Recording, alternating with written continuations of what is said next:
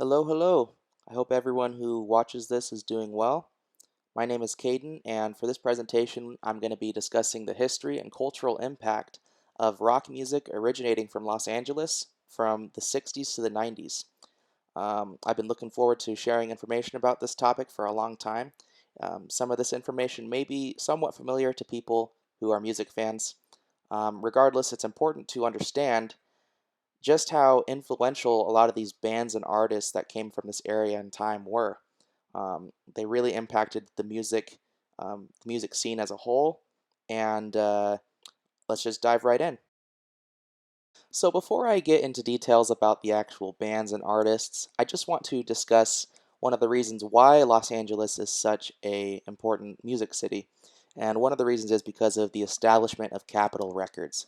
So Capitol Records is one of the biggest labels in the United States. It was established in 1942. Everyone wanted a part of this label. I mean, they worked with bands like the Beatles, the Beach Boys, Queen, the Eagles. I mean, the list goes on. I know Beastie Boys worked with them, the Bee Gees, Garth Brooks, some really, really huge names. And its building, you can see in that bottom image there, its building is quite an iconic landmark in Hollywood. And Capitol Records has been criticized in the past just for being corrupt and, maybe taking too much away from the artists and stuff. But they are definitely one of the labels that helped kind of build that stereotype for record labels, I guess. So, starting in the 1960s, we're going to begin here with the Beach Boys, which is easily one of the most influential American rock bands in history. Um, they formed in 1961 by Brian Wilson and a few of his brothers, and they released Surfin' USA in 1963, which was definitely one of their first big hits. Their music reflected all sorts of very, very quintessentially California themes, such as surfing and cars, good vibes, girls, things like that.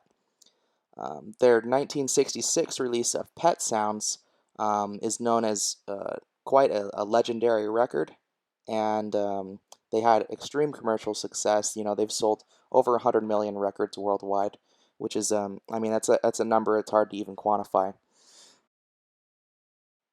So moving forward, we're going to be talking about the Doors. The Doors were formed in 1965 by frontman Jim Morrison. He's pictured there in that bottom image. They're known for songs like Break On Through and Light My Fire, and they had a huge influence on the psychedelic rock sound that would become popular in the 60s and 70s. They implemented elements of folk and blues rock and hard rock and things like that to help find a lot of commercial success. Jim Morrison sadly passed away in 1971, and he has kind of been uplifted and exalted to this legendary figure in rock music. Um, he died when he was 27. Think about people like Kurt Cobain and Jimi Hendrix. After they die, you kind of get um, carved into stone and put in the Rock Hall of Fame almost. It'd be impossible for me to cover rock music in Los Angeles in the 60s without talking about Laurel Canyon. So, Laurel Canyon was a little community just a few minutes outside of Hollywood in the Hollywood Hills. And this place became a kind of haven and a home for so many different artists at the time. I have a list here on the screen. You can see there's Joni Mitchell, Buffalo Springfield, Frank Zappa, Crosby, Stills, Nash and Young. All these guys, these are huge names in rock music at the time, and all these people lived in Laurel Canyon and would hang out all the time, collaborate, jam, do all sorts of stuff. In that top image there, you can see we have Joni Mitchell hanging out with Crosby and Eric Clapton, I believe. And then on the bottom image there, we have Crosby, Stills, Nash and Young, all jamming out. Looks like on someone's driveway. So it was definitely an interesting time for the community, and definitely we can see how creativity was cultivated in that area. So the music of the 1960s definitely helped to fuel ideas of rebellion at the time. This is during the time of the Vietnam War. I'm sure that many of us are familiar with the hippie movement. Um, A lot of this music also helped to popularize the recreational use of drugs such as marijuana and psychedelic drugs like LSD. Music at the time definitely started to get more electric, more experimental, and we can see how this was kind of leading up to the formation of stranger music, heavier music, more intense music that I'll be discussing in later slides. So really quick, before we wrap up the 60s, I just wanted to include a sample of a song. It's called For What It's Worth by Buffalo Springfield. And pay attention to the lyrics of this song. This one became an anti-Vietnam War anthem, and it's still known as one of the most important protest songs of the 60s. There's battle lines being drawn. Nobody's right if everybody's wrong. Young people speaking their minds are getting so much resistance from behind. Time we stopped. Hey, what's that sound? Everybody look what's growing. So moving forward, we're going to be discussing the 70s now. In many ways, the beginning of the 70s were just a continuation of the 60s. A lot of those bands still maintained a lot of success and were putting out good records during the first half and even into the later half of the 70s. But one of the bands that was formed in the 70s that we cannot ignore is the Eagles. They're formed in 1971, and they implemented elements of country rock to find extreme commercial success. You would know them for songs like Hotel California, Take It Easy. They have a little shrine over in Winslow, Arizona, if you're familiar with that. Their 1971 to 1975 Greatest Hits album is the best-selling album in the United States, period. And they have sold over 200 million records worldwide.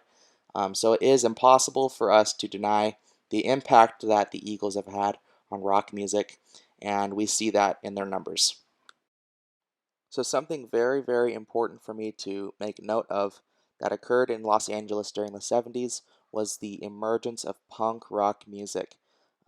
Punk music was seen as music for the misfit, kind of outcasted youth at the time.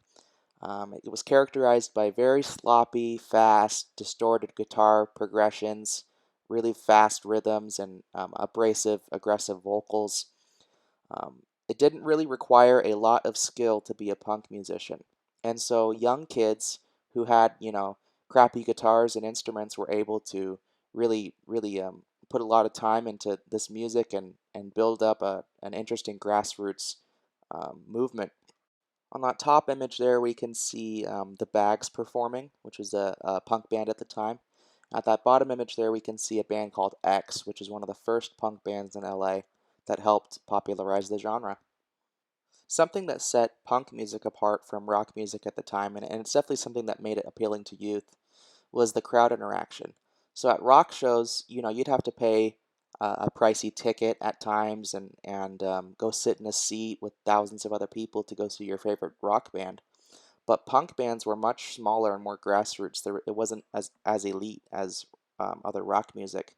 So you could go to a punk show for free, jump off the stage and get spit on by the singer, which was, I guess, that was much more appealing than sitting in a chair and watching, the Eagles or something like that in a stadium.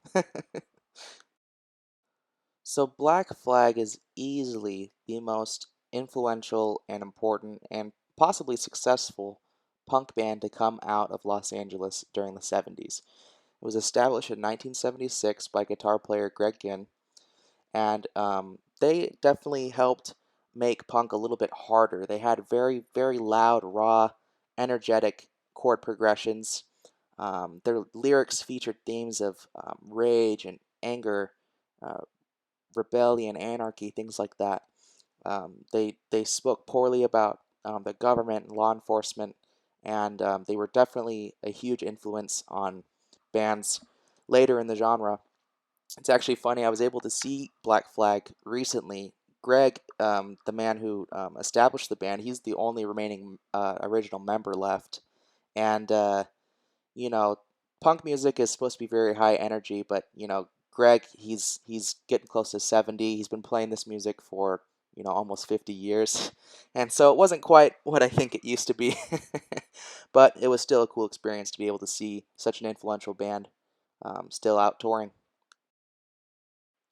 So, in many ways, the music of the 70s just kind of intensified those themes of protest and rebellion that we previously saw boiling in the 60s. Another thing that happened in the 70s was the idea of underground music kind of became a more popular concept because of the emergence of punk. Um, and pay attention to that symbol on the bottom there. That's Black Flag's symbol. So the chances are you've probably seen this symbol somewhere, but you may have not have registered it just because it's so simple. And if you didn't know who Black Flag was, you probably wouldn't pay attention to it. But this symbol is everywhere. It's all over T-shirts. It's all over people's skin. People get it tattooed. Musicians and stuff. So just take a good look at that symbol, and I guarantee you that if you remember this symbol, you will see it again somewhere in your life. All right, so moving forward, now we're going to be discussing the bands of the 80s. Starting in the 80s, we're going to be talking about Metallica. So Metallica was formed in 1981 by James Hetfield. And Metallica is easily one of the biggest metal bands, if not the biggest metal band of all time. They're known for songs like Enter Sandman and For Whom the Bell Tolls.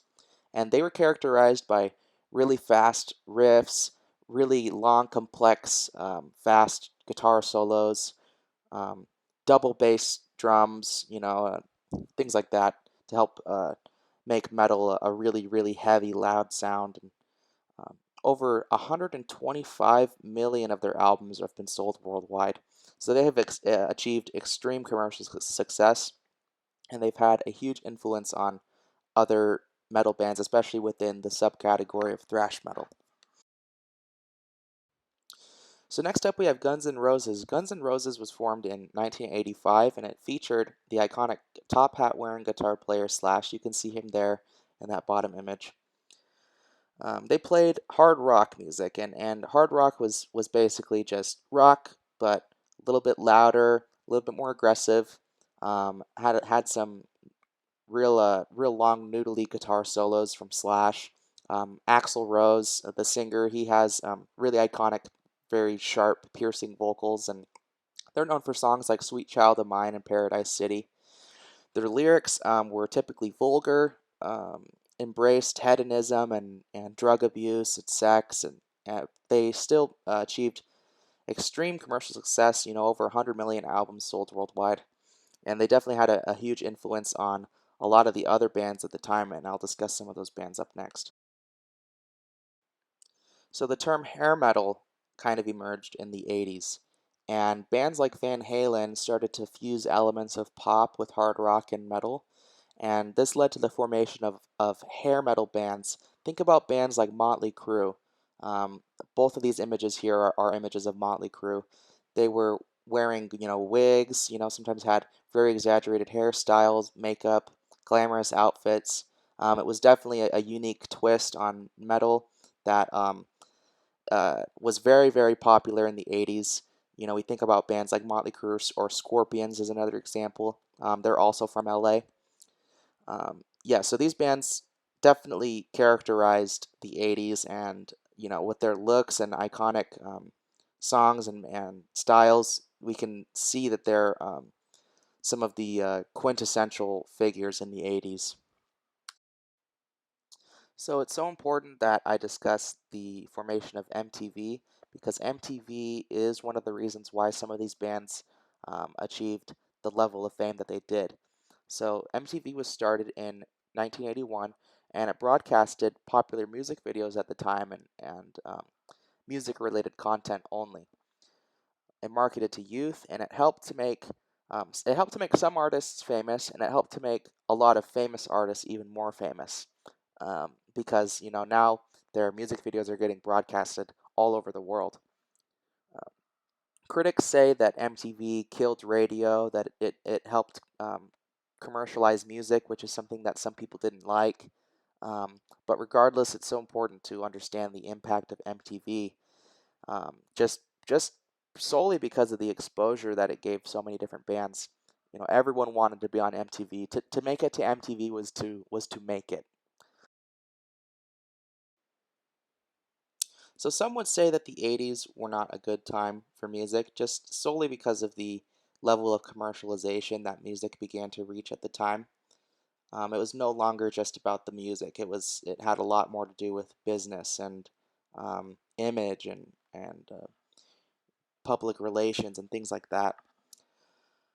Heavy metal gained a lot of popularity at the time, and I mean, metal is still one of the most popular music genres, and I honestly think that we could almost just blame Metallica for that. I mean, Metallica's influence on metal is just so unmatched.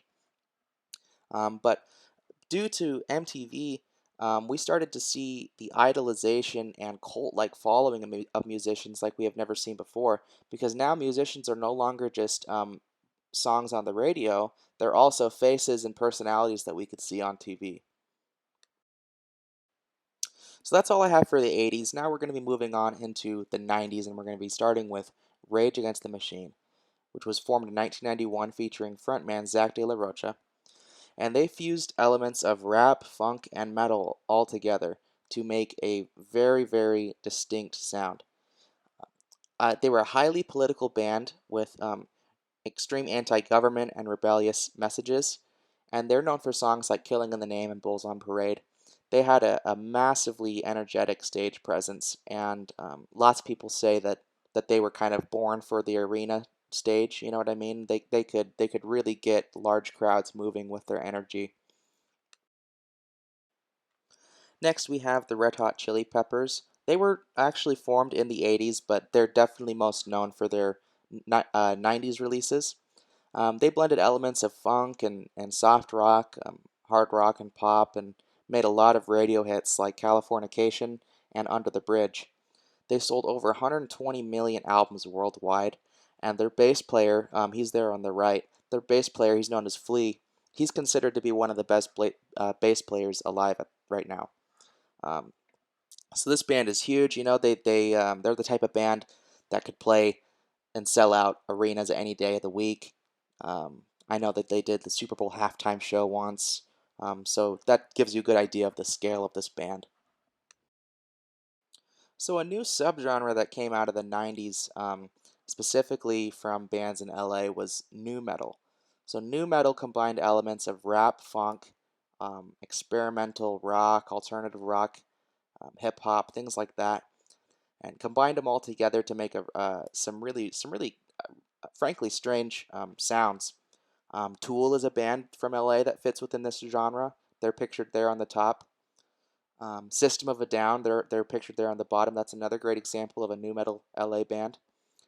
Their music was highly aggressive. Um, Lyrics covered a wide variety of themes. A few other examples. These bands aren't from LA, but bands like Limp Bizkit or Korn are other examples of nu metal bands. Um, Anyways, these bands definitely had a huge influence on music at the time and still do. I mean, these bands are still out touring, selling out stadiums and stuff. So the music of the 90s definitely fueled some political unrest at the time.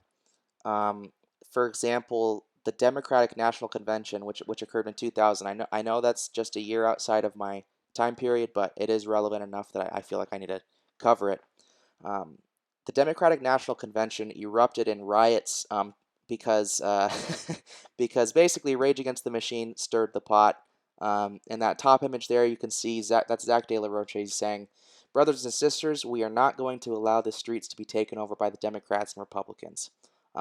So they put on a killer show that day and started essentially a riot that got a lot of people hurt. But it was a good example of a good example of a band really, really inciting action and empowering people. Another thing that we started seeing in the 90s was concerts just really started getting even bigger because of accommodations being more available and technology, things like that. So that's an important thing to note.